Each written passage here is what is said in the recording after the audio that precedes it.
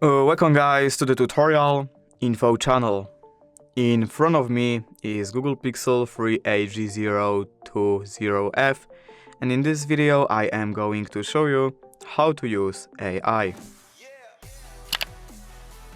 So to show you how to use AI, I'm going to install, for example, Google Lens. So we have to here in the Play Store search Google Lens, and then we have to install it.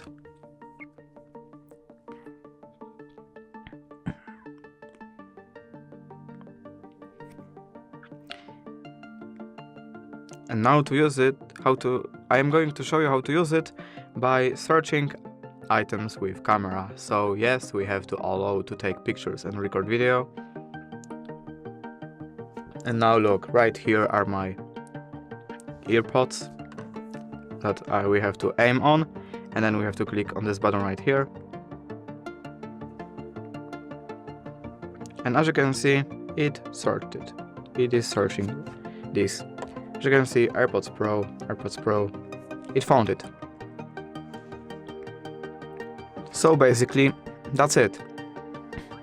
If you did enjoy this video, leave a like and subscribe. Thank you guys for watching. Bye!